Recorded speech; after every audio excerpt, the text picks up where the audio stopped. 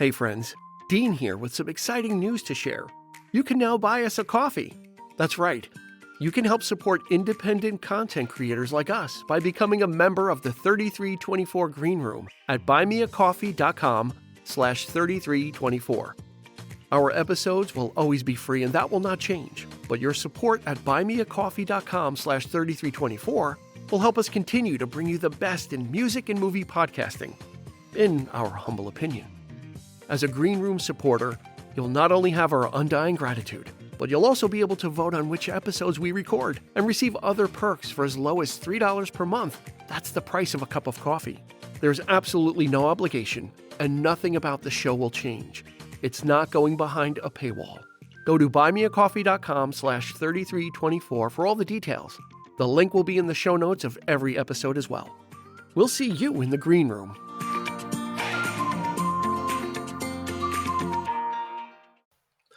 Billy Joel revisits the past and charts hit after hit. Call him guilty of being successful, but he might just be an innocent man. Stay with us. Get ready for the 3324 podcast, where lifelong friends Dean Legiro and Eric Kuber share their love of all things music and movies. Dean has directed short films and is a music trivia buff. And Eric, trained in audio engineering, brings his extensive knowledge of music and film to the conversation as they discuss, debate, and celebrate their favorite albums, films, and much more. Welcome, friends, to the 3324 podcast, premier home for music and movie podcasting. If it's your first time with us, welcome aboard. We are so excited to have you here. If you like what you hear, go ahead and give us a rating on your podcast provider. If you're watching us on YouTube, go ahead and hit the like and subscribe button. This way you get notified every time a new episode comes out. Right, Eric? I have to say that every... You do. Every time. You say it so well. I try. And you also are improving on your introductions as well. The intro to well, the show. This one was pretty good. I have to give Yeah, peaks and valleys. Some of them I'm like, kind of... But then one I get and I'm like, yeah. It was clever. Sometimes I pat myself on the back. I'm like, but that was a clever one. No, it's actually quite poignant, as we'll get into it. So let's go. Yeah. All right. Well, we can't go anywhere without introducing. Unfortunately, this gentleman was not in our orbit as far as podcasting goes when we did the Stranger album. But Robert Prisament is with us, who is our resident Billy Joel expert. So. How are you? I'm doing pretty good. Good. Things going well. Right. Well, I certainly have my work cut out for me because we are doing 3 Lies and a Truth today. And usually I'm worried about Eric because he kind of knows the stuff. You were the one I'm worried about this time. So I really had to kind of. I'm already giving it to Rob. I have no fear. We shall see. We'll see, but we'll have that later on. So those of you listening, stay through the episode. It's a fun segment that we do. It's one that you can play along with, and then you can let us know on social media or get in touch with us how you did with it. It'll be 3 false statements and 1 is true, and these 2 gentlemen will have to determine which is the truth out of those 3 other fibs that we're going to be telling. But yeah, we're talking about Billy Joel's album, An Innocent Man, today. Let's get into the stats. Let's get this going right away. This was released in August of 1983, produced by Phil Ramone, partner in crime for quite a while. All songs written by Billy Joel, with the exception of one little interlude by Beethoven. Beethoven, which is one of his favorite artists. There were 6 singles released stateside. The first one was Tell Her About It. It hit number 1. Uptown Girl hit number 3. An Innocent Man hit number 10. The Longest Time hit number 14. Leave a Tender Moment Alone hit number 27. And then he rebounded with Keeping the Faith, number 3. Oddly enough, I'm surprised that Easy Money was not a single, even if it wasn't, because that was the theme song to the movie with Rodney Dangerfield. Yeah, Ruthless People. Yeah. Easy. With Joe Pesci. Yeah. Hey, I'm browsing. Yeah, Easy Money. I'm browsing. That was Easy Money, where he had to give up the drinking and smoking to get the inheritance. It hit number 4 on Billboard, and boom, 7 times platinum for An Innocent Man. Nice. Wow. That's a lot. That's a lot of Platinum. records, and here's one of the 7 million right here on vinyl. It's a beautiful cover. Yeah, original vinyl release, really nice. Yeah, it's just a really nice portrait, and it's got everybody on the back as well. But this is an original, not a reissue. I'm not a big fan of reissues. I like to get the original, album mastered as it was pressed back in the day. So we had done The Stranger, Eric. Mm-hmm. It was episode number 8. We're on like episode like 180 or 182 or whatever it's going to be by the time it gets out. This was like a long dry spell. We were waiting for Robert in order to do it. Thank you for waiting. Yes. No. I went back and I had some corrections on your Stranger one, but we'll talk about that a different time. Send me a memo. Yes. Put it in. I was thinking, I'm like, wow, we've revisited other artists. Why didn't we revisit Billy Joel? And then it became, well, what album to do? Mm-hmm. There are so many, and I figured An Innocent Man, because it's a very interesting release from him. It sold a ton, and it's the last of his big selling albums. His albums after this sold in the millions, but not to this level. So, Rob, as the resident Billy Joel fan, where does An Innocent Man fit into your kind of listing of favorite albums, and why or why not, depending on the answer? Interestingly enough, not as high as it does for the non-hardcore Billy Joel fans. Mm-hmm.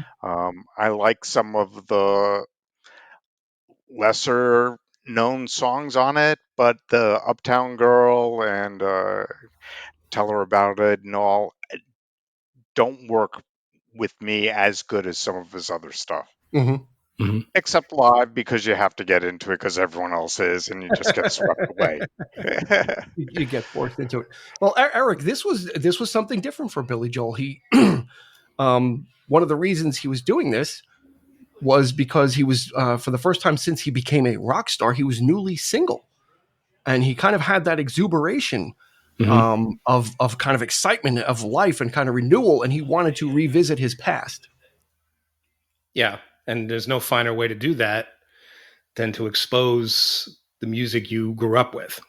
And that's, I like when artists do that. They kind of give you a glimpse of some of the music that inspired them to do what they do. And that's what I love about this record in particular, coming off of Nylon Curtain, which was a pretty heavy album, theme wise. It was pretty serious. A lot of the songs were, it's no wonder that I think this album was, more or less more lighthearted and a lot of fun to make, I'm sure. So, and it's very interesting that he would choose to do an album inspired by the songs or in the style of stuff he grew up listening to. Rob, would you think, would he have been better served doing an album of covers, or do you think this works? Oh, I think it absolutely works for him. Mm-hmm. And it's interesting how, compared to a lot of artists, how he has like a theme for the albums.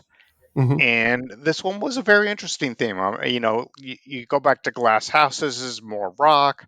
The Nylon Curtain is a very Beatlesque album. 52nd Street is, yes, don't give me those eyes. 52nd Street is very jazzy, and for this he went back to doo-wop, and it's just interesting. I'm not sure of an artist who picks different almost genres within his scope per Neil album. Young, perhaps.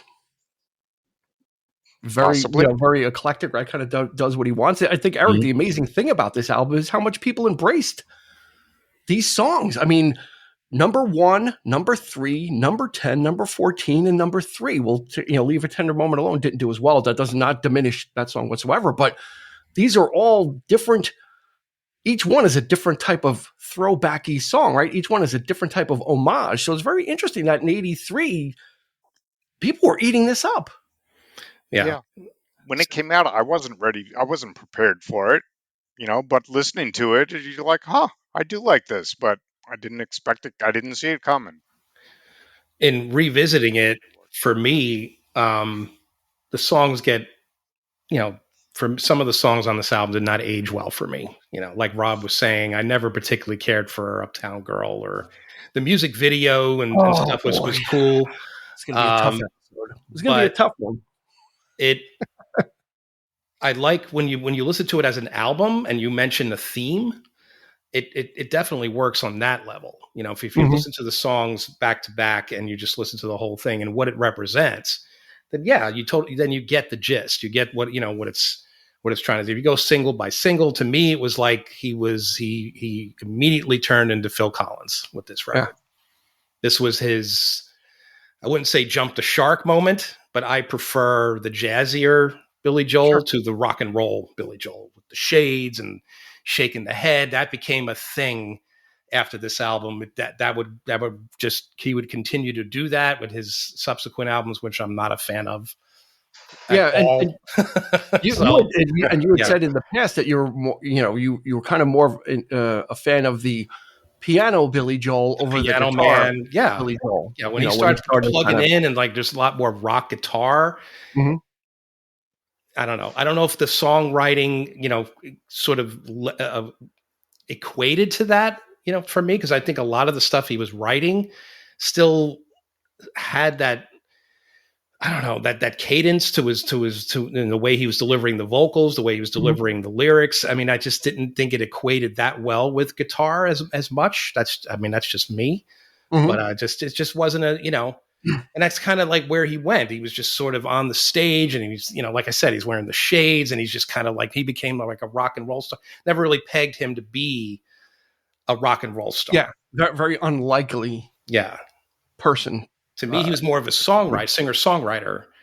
And certainly his old material reflects that period of the great, of that time of great singer-songwriters. So to me, I always pegged him as being on that straight and narrow career. But no, he comedian like that's why I make the comparison to Phil, because he's just like, he totally embraced MTV just as he did. Yeah. There's a lot of that. A lot of that, that kind of thing happening. And, it's just, it's fun. It's fun to look at that stuff and, but there's just, I think it helped keep him relevant because he was certainly, more of a legacy artist than Phil Collins was at the time. Phil Collins was around probably the same time as Billy Joel, but he was not popular. He was in, plugging away in Genesis where, Billy Joel was becoming an FM radio guy, New York State of Mind and Captain Jack and all those kind of, album-oriented rock hits that, when he finally hit the 80s, he embraced MTV. And he, but by that point, he had been around a while, but I think it was more important for him than Phil Collins to kind of introduce himself to a younger generation of people. It's funny what Eric said. He actually is tipping his hat back to what you didn't like about him.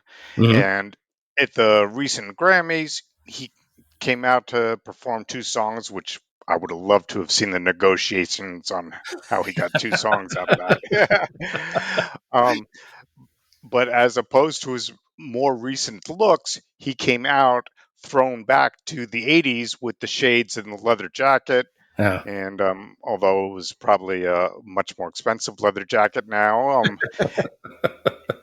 he hadn't done that in a while, so it was nice to see that he was embracing what he was with less hair, but still. Yeah, because he's very enigmatic, Billy Joel. Like he stopped recording. He said, "I don't really have anything to say," and but continued to tour, but just kind of really shied away from anything creative.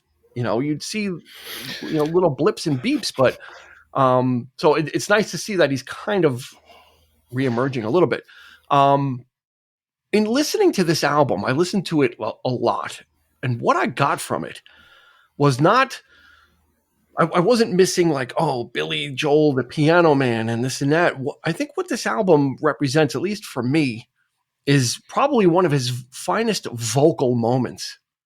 Like his vocal this is a vocal performance album for me. He uses the retro stuff as a vehicle, but I don't think there are finer moments on any of his albums like the song An Innocent Man. I mean, the vocal performance on that is absolutely spine-chilling. It's interesting. He uses a lot more of his higher range, I feel, on this album.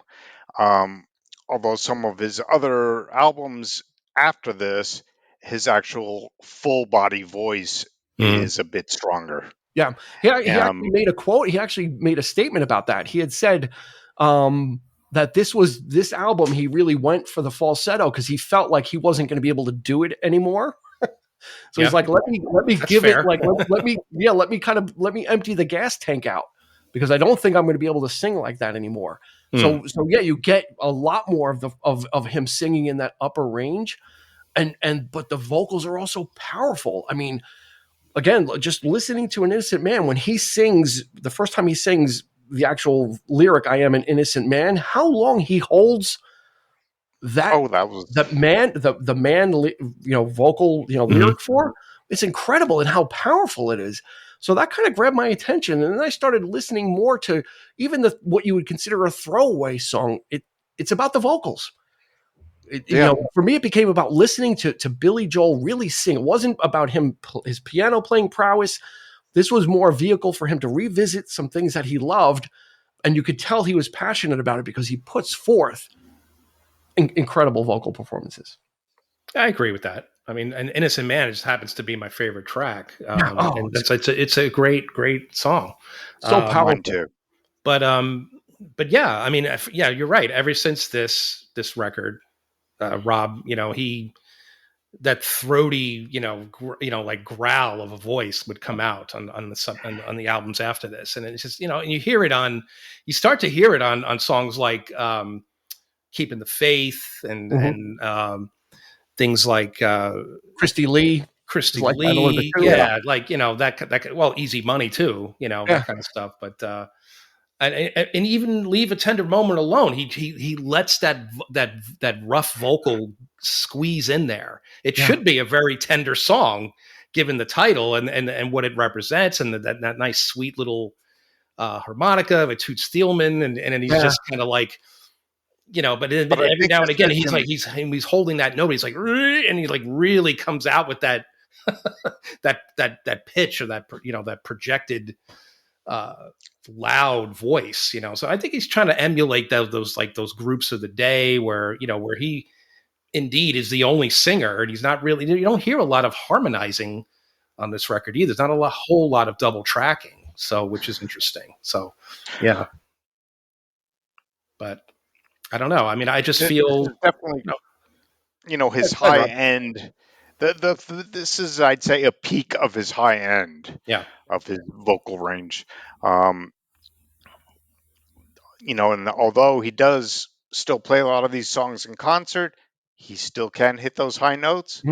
The songs are tuned down, but fair enough. You do what you have to do. That's right. He's not lip syncing, so that's anything above that is you're coming out ahead.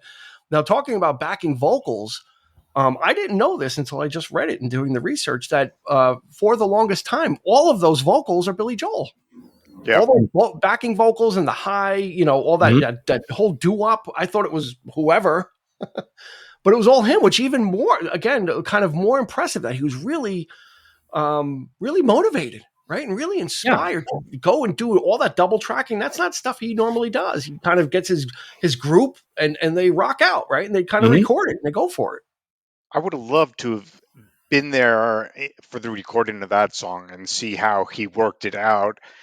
I'm sure he played all the different parts on the piano and then one at a time, went in and recorded them.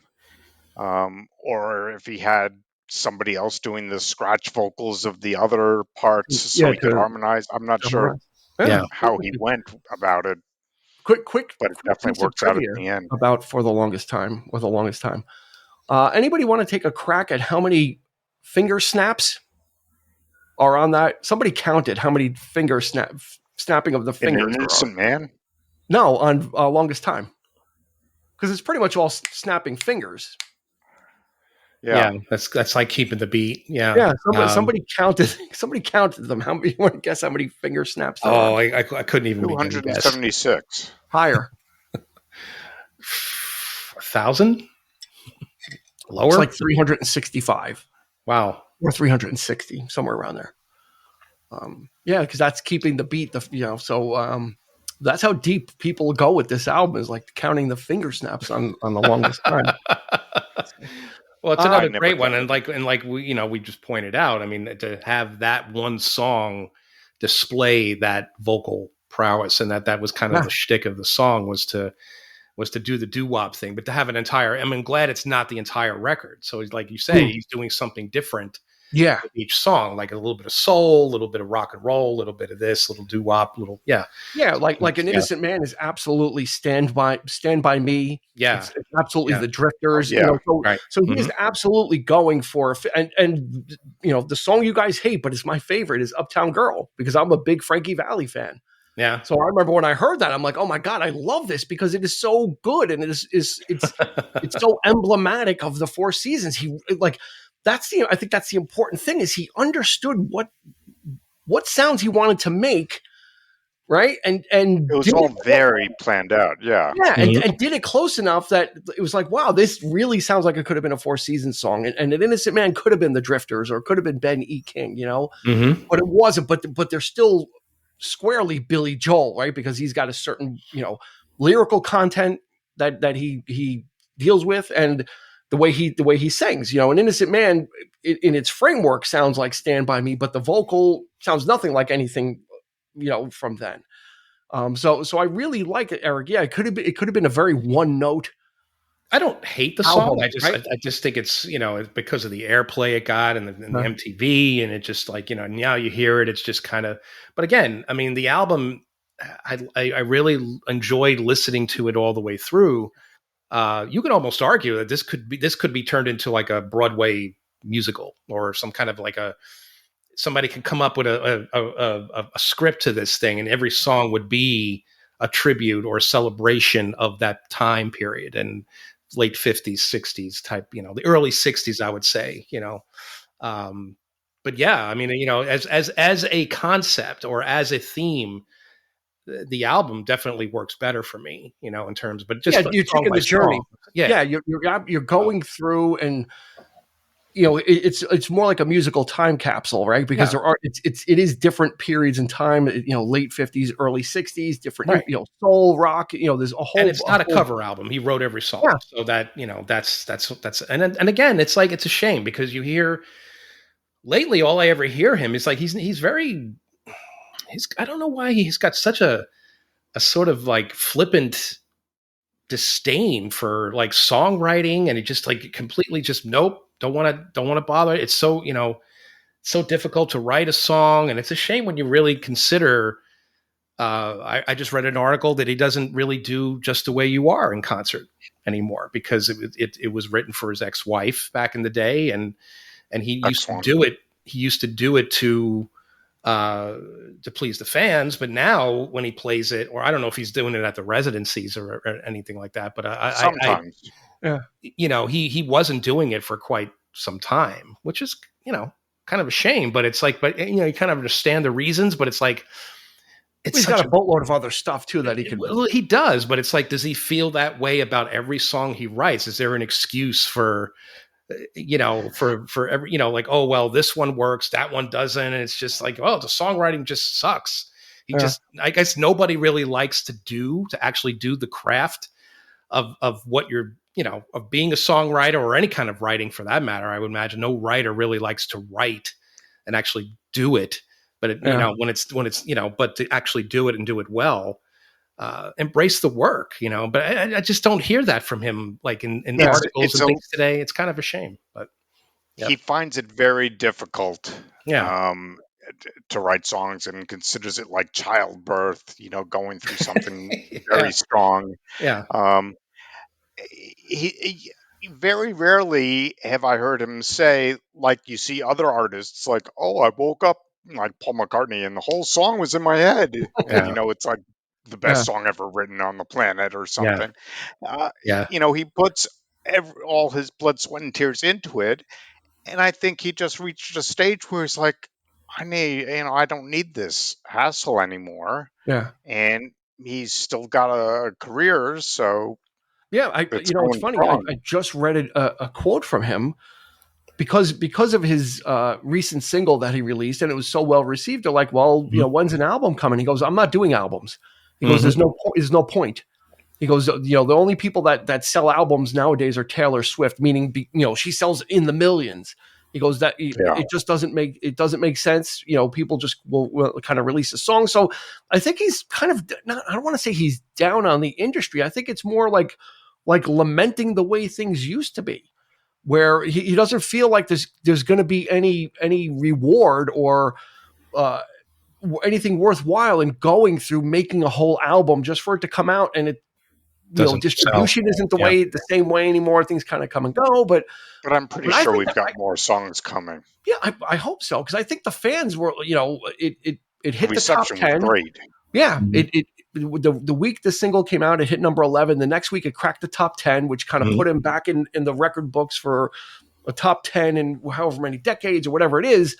And I think fans are clamoring for stuff like that. Take a look at ABBA when ABBA reformed. The album was a great success because people welcomed them back, and I think Billy Joel has that fan love, right? That much like the Beatles with the Now and Then. I think that the time is right for the fans are ready to welcome him back into the fold because it's been so long. It's not like he's been putting out music and it's been shitty.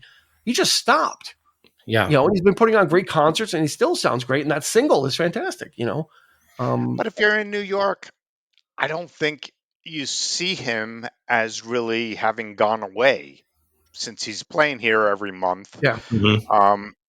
It's just the rest of the country that when he plays a show in town, you're like, oh my gosh, Billy Joel, I love him. I didn't know he was still touring and that kind of stuff. Well, he's definitely putting an end to the residency is coming to an end. Obviously a soft spot for New York. And it just, I don't know. I think there's a very particular audience that he caters to in terms of New Yorkers, and and of course New Yorkers love him. And we talked about this in with Stranger. Yeah. Is he the one of the ambassadors of the New York sound, in music, and I think we kind of made that case. And I don't know if you agree to that, Rob, as one of the things that you didn't like about our episode. No, he's absolutely, stands for New York. Yeah. Represents New York. And getting back to the album, the song Tell Her About It. He hasn't played that live since 1987. And that was a big hit for him. So it's kind of odd that he kind of, like I said, I saw him 2 years ago at Madison Square Garden. Yeah. And it was chock full of hits. And then I walked out saying I had at least 10 songs that were hits that he didn't play. Yeah. And I think I might have even said Tell Her About It was one of them. So this album it's got 10 songs on it, and it's like six were singles. So that leaves you 4, and I'm sure most people know Easy Money. Yeah. Like I said, it was the title track to the movie Rodney Dangerfield. So this is for someone that's maybe not a huge fan of Billy Joel. I think this is a good album. Yeah, it's got a certain feel to it, which I think it makes it maybe more accessible, right? Because if people are like, oh, okay, he's kind of doing definitely doo-wop a little bit. I recognize a bunch of them already. Yeah, I recognize the feel. I recognize what's going on with it. I think it's a great album. It's a concept album, I guess, in theme, right? In its mission is to revisit a certain time period and be inspired by it. So in a which weird is way, not, I'm sure, is not easy to do, to pen original material to kind of make it sound as if it were, but it's not a carbon copy of something. Yeah, without rewriting Chuck Berry, exactly. Yeah, and rewriting Sweet Little 16. Or writing lyrics to a song that's already exists, a melody or something that you can definitely tell. Yeah. But this is, not the case. I mean, the songs are reminiscent enough, and it's just enough, but it also has that, 80s feel as well. That 80s production and, somewhat. And I think, it definitely, it's an album to love, to really embrace, just in with his success and everything, and it's probably his second most successful after The Stranger, I would say. I think so. I looked at I looked at his stuff after this, and one of them hit 5 million copies, but nothing reached this. So maybe Stormfront might have been. I know that was a big hit when it came. Yeah, that might have been the 5 million, but but also the lyrical content, Rob. I mean, this isn't just about him sounding retro. I mean, he's talking. He says a lot of these songs are about imaginary people, but I find it hard to not feel that he's inspired by his youth and by his newfound freedom. I mean, one song is called Christy Lee, and he had started dating Christy Brinkley, and her name is Christy Lee Brinkley. If for those of you revisiting this album, definitely do it with the lyrics as well, because they bring out a whole new level, and every song will really take on a different meaning to you with the lyrics. Yeah, along with it. Yeah, I definitely agree with that. You'll find one that touches you, personally, and say, "Oh my gosh, I didn't realize that was what he was singing about."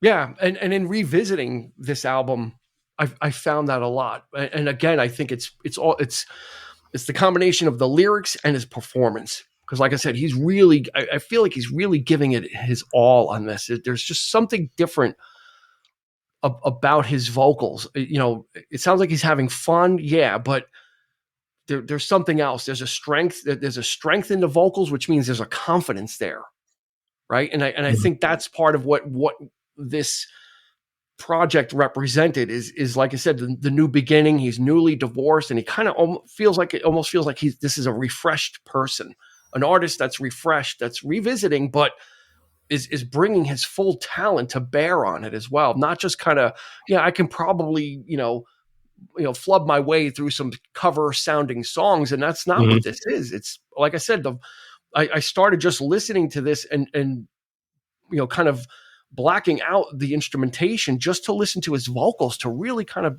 zoom in on that. And if you do, I think that's where the magic is. Yeah. I buy it. Totally buy that. Agreed. Yeah. I mean, I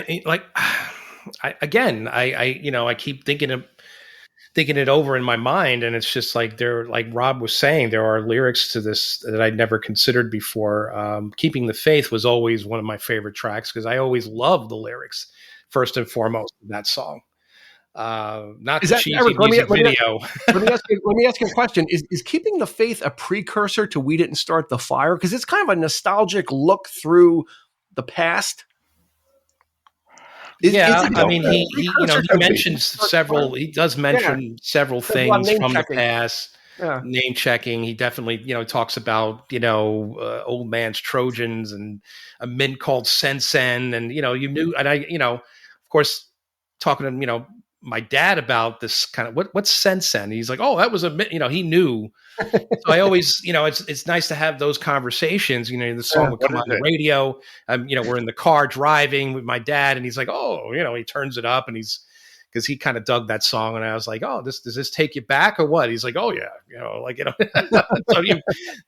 but yeah, I mean, that always struck me. But I mean, it's a much better song than We Didn't Start the Fire, because I can't stand that song. I hate it. No, well, you know what? I have something that will make you fall in love with that song, because it was recently, there was a remake done. Rob, do you know about this remake? Yeah. Was it by Fall Out Boy or something? I think it was. Oh, it's the biggest turd ever, because they're just saying names and it's not in any chronological order. Like when you hear someone do a remake with new lyrics and you hear how shitty it is, you actually appreciate like the work that Billy Joel put into of arranging these events, making it rhyme, and actually kind of giving you an education. It may sound kind of corny, but when you hear somebody do the same song shittily, and it's hard. I heard this. I'm like, they're talking about Air Jordans and this and that, but then they're like jumping around the timeline. I'm like, this is just. It's like you really respect, like, wow, like Billy Joel really kind of did something. Lyric diarrhea coming out of it, but it's like, let's just kind of throw things out like pop, it's like let's throw out pop culture phrases, whereas We Didn't Start the Fire was something different. Keeping the Faith, Rob, is that the final song for a reason? is Billy Joel reassuring us that everything's like rock and roll is not going like is that his final statement? Do you think like I'm keeping the faith, like we're gonna I'm gonna continue, I'm gonna kind of don't worry. I definitely think he's keeping the old music alive from his youth, and saying remember this is what I want to share with you from my growing up. You grew up listening to my music. This is what I grew up listening to. So it's almost a little meta to think that he's doing that through him. Kind of sending a message, for the new generation is you can have the music that you like, and carry that forward, right? Well, keep the faith. It's kind of interesting that it is the last song because it kind of recaps what the album is all about, right? In one song. Like, so yeah, it kind of, it's almost like an epilogue. But yeah, exactly. Very specific though to its terminology, and it's some of the things that were part of that past, and some of the things he did, some of the things hanging out on the stoop and all this, the comb and all that whole, like, it seems cliche, but I'm sure you go to the source, you go to the people that lived that generation, and yeah, they'll confirm it. And he's always done that though. He's always name dropped, right? New York State of Mind. I mean, he is good about. He's really great with evoking the imagery through words. That's one of Billy Joel's strengths is being a storyteller, right? Yes. So I think he, like I said, he's just he's rapping all this stuff, and he's just putting it in a different wrapper. But it is the same Billy Joel. He's just kind of he's presenting it in a different way, and this would represent a shift, right? He would kind of. He even said, I got tired of doing the piano thing. Like, I want to kind of get behind a guitar and I want to rock out, and for some people, they might be like, nah, but he was still quite successful, right? Matter of Trust. He had a whole bunch of hits. So it did work for him. And maybe it was good to change it because otherwise it would have been Rob, right? Oh, same old guy behind the piano. I mean, he's going to, damned if you do, damned if you don't, right? Exactly. And when you were saying last song with Keeping the Faith, River of Dreams truly has the last song, prize for the last song being Famous Last Words, where he says, these are all I have, the lyrics I have to say, I'm done. And then he disappeared for 30 years or, he just was done writing lyrics and said it to you. So it's not like he was hiding it. he was telegraphing it years ago, which really strange. Was that the intent, you think, Rob? I mean, was that I never really looked at it that way, but do you think that he had that in mind? Was he saying goodbye? I wouldn't be surprised. Okay. I think so. Because I had heard these are the last words I have to say. Yeah. And, check please. No, because I had heard like River of Dreams at the time. I think he made a statement like nobody's listening to this album. It didn't do too well at the time, and that's the reason why he kind of stopped. He got very disillusioned with the music scene at the time, and I mean we're talking about the 90s here. I mean the grunge movement and all this So does his and again we did bring this up in the Stranger episode. I think we kind of covered this as well. But I mean, being the Billy Joel, it would be an interesting thing if that were the case, though. If he were to say, "Oh, I definitely wrote a song to say," and maybe people just didn't pick up on it. Yeah. But only after maybe a couple of years went by and they're like, when's the next album? And he's like, I don't have anything, so. Are you listening to me? Did anyone hear that song? Back and listen to that song. There you go. It's like, well, you obviously didn't listen to River of Dreams then, right? You would have known. I told everybody my next thing is going to be a classical album that I'll just write and won't even play. Which I think hold up the Innocent Man album cover again. Sure. Because that has become a very famous place now for fans to go and take the exact same picture and the exact same pose. Yeah, the stoop. Because it's got very recognizable steps. If you take a look at it close up, the intricacies of the steps. So it is one of the New York meccas for Billy Joel fans is to go there and take that picture. Yeah, Did you? I read where. Oh, no. It's 142 Mercer Street. Mm-hmm. In Soho. So if you go to 142 Mercer Street, track. Yeah. And then they got the full group there too. Oddly enough, I'm gonna have to ring the bell because there is an ELO connection on this album. It's very thin. It's very tenuous. The strand is like this, but there is an ELO connection. On the listing for additional personnel on this album, there is a backing vocalist by the name of Eric Troyer. Anybody know who Eric Troyer is? And his connection to the venerable Electric Light Orchestra. He was in ELO for 20 years. You're kind of right in a weird way, not in the way you think.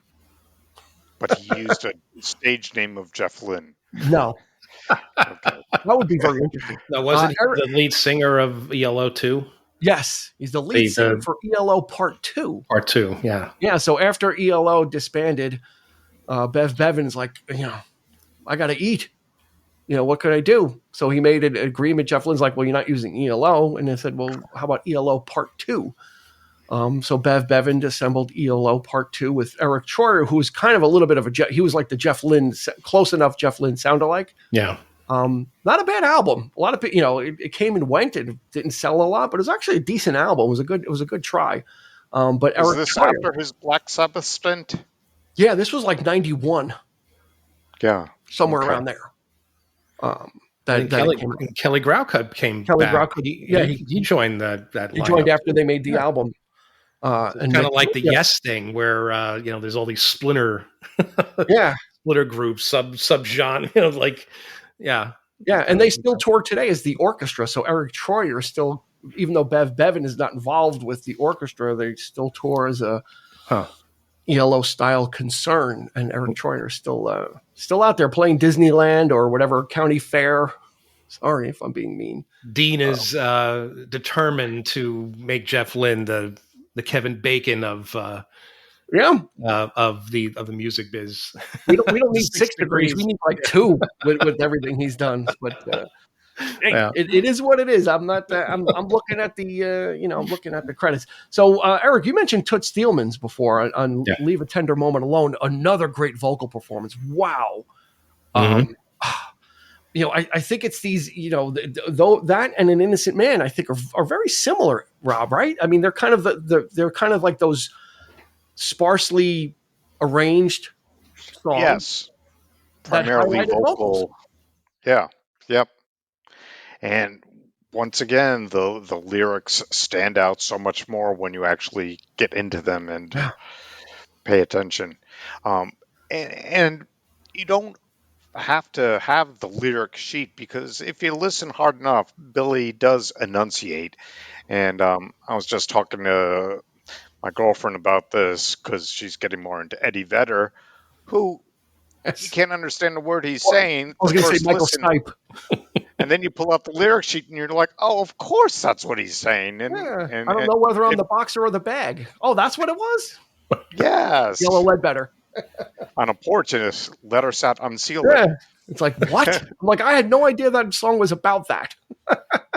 Yeah. I thought you were going to say Michael Stipe, because he's also famous for the garbly, Oh, especially the early years of REM. Yeah, you're like, what the hell did he say? Yeah. Yep. Like, around the time of I Murmur, really like the song, and but I couldn't figure out what Oh yeah, what it is. But you're right, Rob. It's he's clearly singing it and kind of wearing his heart on his sleeve.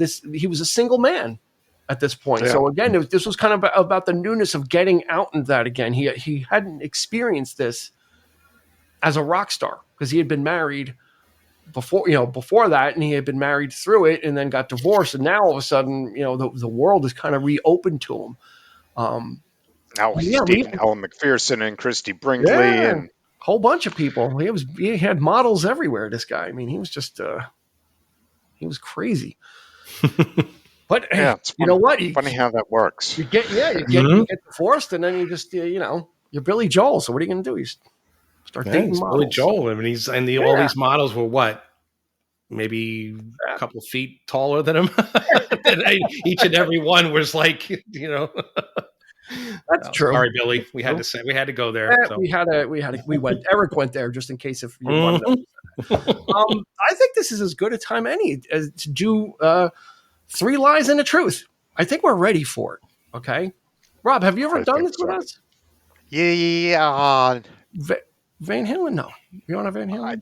I definitely did it at home with you a few times and nailed them. And now you're under the magnifying glass. So I'm going to read 4 statements for those of you listening at home as well. 4 statements. 3 of them are false. 1 of them is the truth. And Rob, you're not going first. I'll tell you that right out of the gate. And I can't just bark it out my answer. I have to hold it in. And you got to wait. You got to wait because Eric's going to go first because I know I can snag. If I get to Eric before you, I can maybe get him on the hook. I can put the hook in and then tug it and reel him in. If you go first, it's over. All right. Okay. So here we go. We're going to read 4 statements. Nobody say anything. Let me read them. Eric will go. He'll give me his, and then you'll give me yours, Rob. Okay. Statement number 1. Glass Houses. The album Glass Houses was the first commercially released CD of all time. When CDs started coming out, Glass Houses was the first.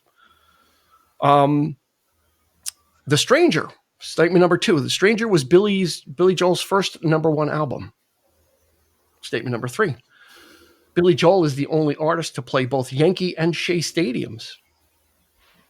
Statement number 4. Cindy Crawford was actually the inspiration for Uptown Girl. Even though Christy Brinkley was in the video, he wasn't dating her at the time. So let me read these again. Glass Houses was the first commercially released CD. Number 2, or B, The Stranger was Billy Joel's first number 1 album. Number 3, Billy Joel is the only artist to play both Yankee and Shea Stadiums. For those not familiar with Shea Stadiums, where the Mets used to play, now it's known as Citi Field or Shitty Field, depending on who you talk to. And statement number 4, Cindy Crawford was the actual inspiration for Uptown Girl. We were just talking about him dating supermodels on both arms. And then he started dating Christy Brinkley, would eventually marry her. So, Eric, 3 of those are false. 1 of those is true. What's it going to be, sir? Your order, please. I think I'm going to go with C. Billy Joel is the only artist to play both Yankee and Shea Stadiums. Okay. Number 3. Rob, would you like me to read those again, or are you locked and loaded? I'm locked and loaded. I know that 1 is a lie because it was 52nd Street. Well, 3 of them are lies. I know. Mm-hmm. So that's definitely a lie. I know number 4 is a lie because Uptown Girl was written about Ella McPherson, not who you said it was. I know he played Yankee and Shea. Now, was he, you said, the only person to do that? Billy Joel is the only artist to play both Yankee and Shea Stadiums. And then number 2 is The Stranger was Billy Joel's first number 1 album. A was Glass Houses was the first commercially released compact disc of all compact discs. I will go with 3 also. Billy Joel is the only artist to play both Yankee and Shea Stadium. Unless you can pull another one out that I'm not sure of. Well, I don't know. We'll see. So this is going to be easy because you both chose the same one. So either you're both absolutely correct or you're both horrendously wrong. Here we go. It's horrendously wrong. The first lie. Cindy Crawford was not the actual inspiration for Uptown Girl. Yes, Billy Joel was dating Elle McPherson, oddly enough, like Rob said. But then I don't know if he traded up. I would say, my personal favorite, I'd say Christy Brinkley. So I would say it was a trade up. Nothing against Elle McPherson. And she had no problem appearing in the Uptown Girl video, which is just a fun video. Anyway, the next lie. The Stranger was not Billy Joel's first number 1 album. It was actually 52nd Street. Was his first number 1 album. Then we are both correct, Eric. Well, there's still one. No, that's wrong. It's wrong. Yeah. Look at the smile on his face. Look at him. Look he's how sure he is. Hey, he's got more confidence than me. I'm sweating here. Look how sure he is. If you're watching on YouTube, look at his face. Look at the grin on him. He is so sure he's got it. And he's right. Billy Joel is the only artist to play both Yankee and Shea Stadium's. Glass Houses was not the first commercially released CD. 52nd Street was the first commercially released CD of all, and not just Billy Joel's first CD, but of any artist. Really? Yeah, it was the first compact disc to come out commercially. I had no idea. Wow, it was 52nd Street. Yeah, not just the first of his, but the first one of all time. So that's incredible. Kudos to him. Yeah, but yeah, he is the only artist to play both Yankee and Shea Stadiums. They didn't do a lot of like Yankee Stadium was the same night. Didn't he play him on the... No. Well, you know what? If he took the subway. Yeah, he didn't need to take the Concorde like Phil Collins. Right. You know? Yeah. They could have done that. But yeah, you know what? I mean, a lot of artists play Shea Stadium. The Beatles obviously did it. But Yankee Stadium didn't really host concerts. So yeah, and it's apropos that one of New York's favorite sons, Billy Joel, is the only artist to ever do that. So congratulations, Rob. Congratulations, Eric. You have stumped me. At home, how did you do? Let us know on social media. Hit us up on Instagram, Facebook, or YouTube. Or actually, if you're in your podcast app, you can actually text us right there. There's a message me little button that you can hit, and you could just send it right from there, which will be kind of neat. So yeah, that was 3 Lies and a Truth. Congratulations, gentlemen. Do I have applause for you guys?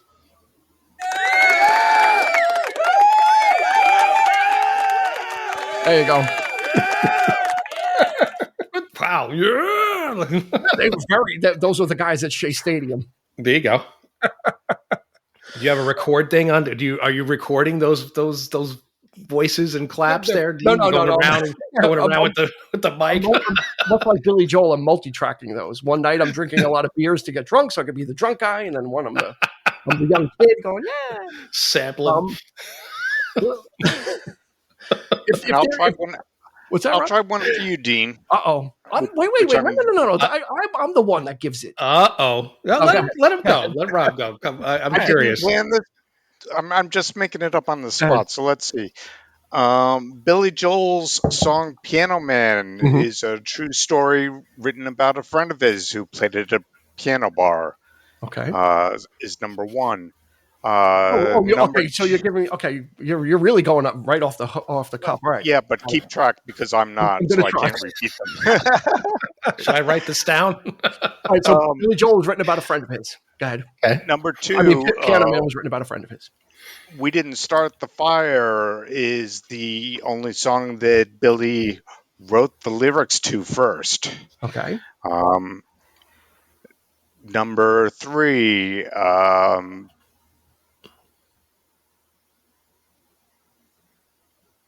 You May Be Right was Billy's first number 1 hit. Okay. And number 4, Billy has never written any extra songs that have not appeared on any of his albums. Got it. There are no extra tracks that are not. First of all, there's no outtakes. You're saying. Yeah. Okay. The first thing I need to say is B-sides that aren't on the major albums. First thing I need to say is you did that in about 45 seconds. It took me like 45 hours to do mine. So you're just rolling them off. Impressive. So what are you saying? One of those is true? One of those statements is true? Correct. Okay. I'm going to go with the very first statement is true. Everything else is false. So Piano Man was written about a friend of his. We Didn't Start the Fire. I'm going to say he didn't write the lyrics first. Whatever the number 1 was not number 1. And I forgot what number 2 was already. Because I'm old. I forgot. You May Be Right was the first number 1. Yeah, single. I don't think You May Be Right was first number 1. And then number 4 was there's no extra track. So I'm going to go with number 3. I'm going to go with We Didn't Start the Fire, where he wrote the lyrics first. Okay. Yeah. That'll be my guess, but I don't know. Rob? Okay. His first number 1 hit was It's Still Rock and Roll to Me. We're still in. Eric, we're still in. Piano Man was written about his own experience playing at a bar out in L.A. You trick me. Now I know how this feels. Oh, is that which one you chose? I'm sorry. That's the one Dean chose. Listen, just wipe me out, Rob. That's fine. I forgot the other Eric two is still in there. said. Eric is still in there. I forgot the fourth one, but the fourth Eric one was extra CD extra, track. Extra tracks. Extra tracks. Oh, yes. There are a lot of B-sides that are not on the main albums that have been released in other forms, but Eric is correct. We Didn't Start the Fire is the only song he wrote the lyrics to first. Double winner.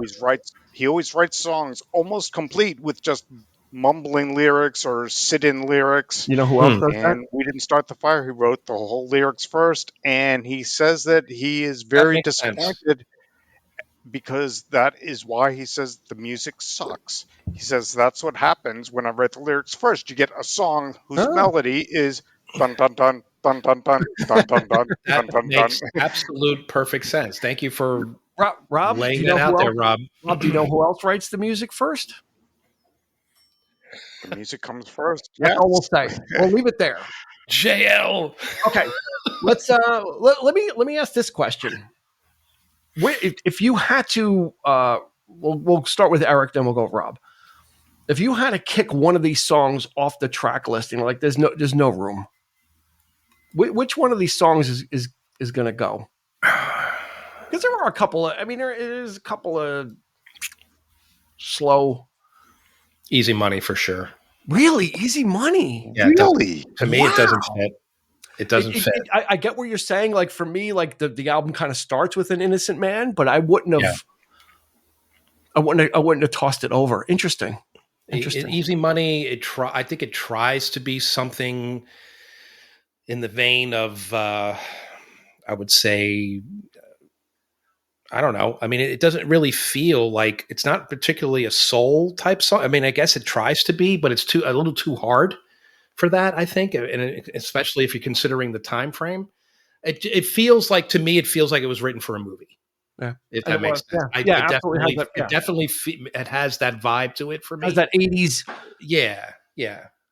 And by the way, I always felt that way because this, by the way, was actually the first full album they ever owned by Billy Joel. Yeah, I think I got it as a gift of the cassette for my birthday one year. I think my aunt bought it for me. My cousin was a big Billy Joel fan, and I always had singles. I always had a lot of his 45s. But yeah, this was the first full album for me, and I think I always felt this way about Easy Money with the way it kicks off, and it just didn't fit the rest of the album for me. So yeah, that's an easy one for me. Easy. So Easy Money was an easy one. Yeah. Rob, which one you tossing over? For me, I'd lose Careless Talk. Just agreed. Totally forgettable, and it's a skipper. And to go on the opposite side of the spectrum, An Innocent Man and This Night work for me outside of the album. They don't. They just are up there in the my echelon of great Billy Joel songs that don't feel a part of this throwback album. Yeah. I think it's easy to say that all three of us feel that way about An Innocent Man. It's just a really it's beautiful. It's the best. Yeah. Eric, let me ask you this: the album had opened with an Innocent Man, and Easy Money was second. Would you have felt different about it? Is it because it's the old? Because I felt the same way. I'm kind of like, okay, this kind of opens the album, but then I felt like An Innocent Man really starts the album. I totally agree with that. It would have been a great opener. To kind of just get you right in, and it just the vibe of the song, the snap, the whole the whole mood of the song is just absolutely gorgeous. And it was always and like Rob's saying, it does. This could be one of the great tracks. You put it right up there with anything from The Stranger, and it was it's just the way the melody goes, the way the lyrics are just so personal. So the way, he kind of dives in and it's a very heartfelt, very track. I'm not sure if I agree. I think An Innocent Man is too slow and personal of a song to start off with. you need to, but it's a personal feeling. I mean, yeah. I'm also a huge Pearl Jam fan, and their live shows, one night they can start with 3 really slow songs, and the other night they started with one of their fastest songs they have, and just kick the song off. Personally, I think the album needs Easy Money to kick it off. I'm not sure if that slow build up really starts an album for me. I think Tell Her About It might have been a good opener as well. Uptown Girl, and any of those tracks could have been a really good opener as well. Uptown Girl. I think it's too good to put it out there in the beginning. I think Uptown Girl works so well because it's further in, because you have more, Tell Her About It, and you have these other songs, and they're kind of like, okay. And then Uptown Girl is so specific sounding that I think it's nice when in the middle of the album it's kind of laid in there, kind of like for me, it's like a buried treasure. Like when Uptown Girl comes out, I'm like, oh, like I kind of get rejuvenated even after Tell Her About It, even after like that punchy poppy song. When Uptown Girl kicks in, for me, like I said, when I went to go see him, that was the one thing I'm like, I said to her, I don't care what he plays as long as he plays Uptown Girl. And then he didn't. And then he came out for the encore and he did Uptown Girl. I'm like, yes. Just got it under the belt. There we go. Yeah, I just needed, I really like, and I thought about this. I'd actually seen Billy Joel once before. He played, I was at the tribute to Brian Wilson at Radio City. Okay. And he did, Don't Worry Baby. Yeah. Oh, I could definitely see him doing that. He played Don't Worry Baby. So I actually did see Billy Joel perform in like 2002 at that event. Oddly enough, they had a tribute to Brian Wilson in New York City hosted by Chaz Palminteri. I couldn't think of anything that was just not California. That could be less California than Chaz Palminteri and a bunch of New York artists paying tribute to Brian Wilson, but it was still a great night. But anyway, what's a keeper besides the stuff we talked about, Rob? Christy Lee. Christy Lee, yeah, that could have kicked the album off. Yeah, I dig that one too. That one's got the kick in the guts to start the album. Yep, that's definitely a big keeper. That, This Night, and Innocent Man. I mean, I'll keep the whole album. Yeah, I'm not. We were just talking dissing anything. I'm just saying that some stand above the pedestal for me. Yeah, and I don't think in listening to this on Spotify, I didn't see that it was a remaster or anything, and it sounded great. I really I didn't get a chance to spin the vinyl while I was just doing it because I was just always out, so I was just listening to it on Spotify, and I think it sounded great. So I'm looking forward to actually pulling out the vinyl and praying and hoping that it sounds as good, because I didn't see like the year and whatever remaster. I don't think his stuff's gone through that, as far as I know. Rob, you would know? It's been through a few different iterations of remastering. I have a little Innocent Man tidbit for you. Go ahead. The song off Stormfront, And So It Goes, That's which another good one. He lately says is his favorite song in his catalog, he wrote during the Innocent Man sessions. Oh, wow. Completely. And it just didn't make the album and got stuck in the can for a few years. They're taking out Careless Talk and put it in So It Goes. Really, it would have put this album over the top. Is it known? Is this known as? Was it ever said that this was his favorite album that he ever did? No, not. Do we know what that is, or no? I'm not sure. Well, interesting. Be an interesting question. So, I think we're going to leave it there. I think we've made the case for An Innocent Man. I think the jury is now in, and we have found that this is a great album.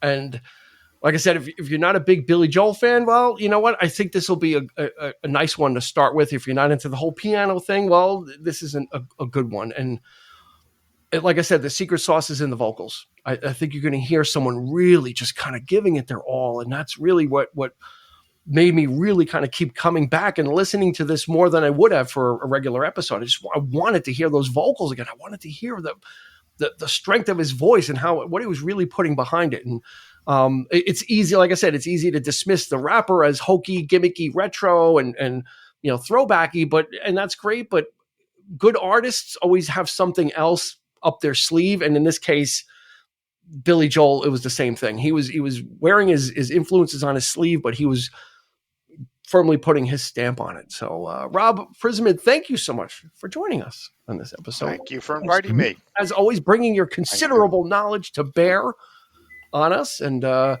I said, we're waiting for a Billy Joel album, so hopefully we'll get that where we can reconvene and catch up with him now and see where he's at. People are clamoring for it. Us three are certainly clamoring for it. So, sure, Billy, if you're within earshot, just do it. Andrew Watt is available.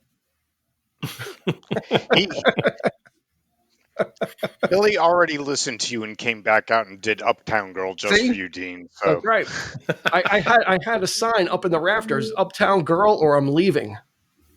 Yes. And I laughed. No, he played it. So anyway, Rob Prisament, thank you so much for joining us. So much appreciated. It's like I said, it's always great when we have you on. So thank you for making the time. Follow us on YouTube, Facebook, Instagram. Like I said, if you're listening to us on your favorite podcast provider, just hit the follow button because this way you'll get notified when new episodes come out. They do come out every Thursday. We have not missed a week, knock on wood, and we will not miss a week, but we will always have them ready for you. And again, you can give us any feedback that you like. We appreciate that too. And also give us a rating, 5 stars all the way. We absolutely deserve it.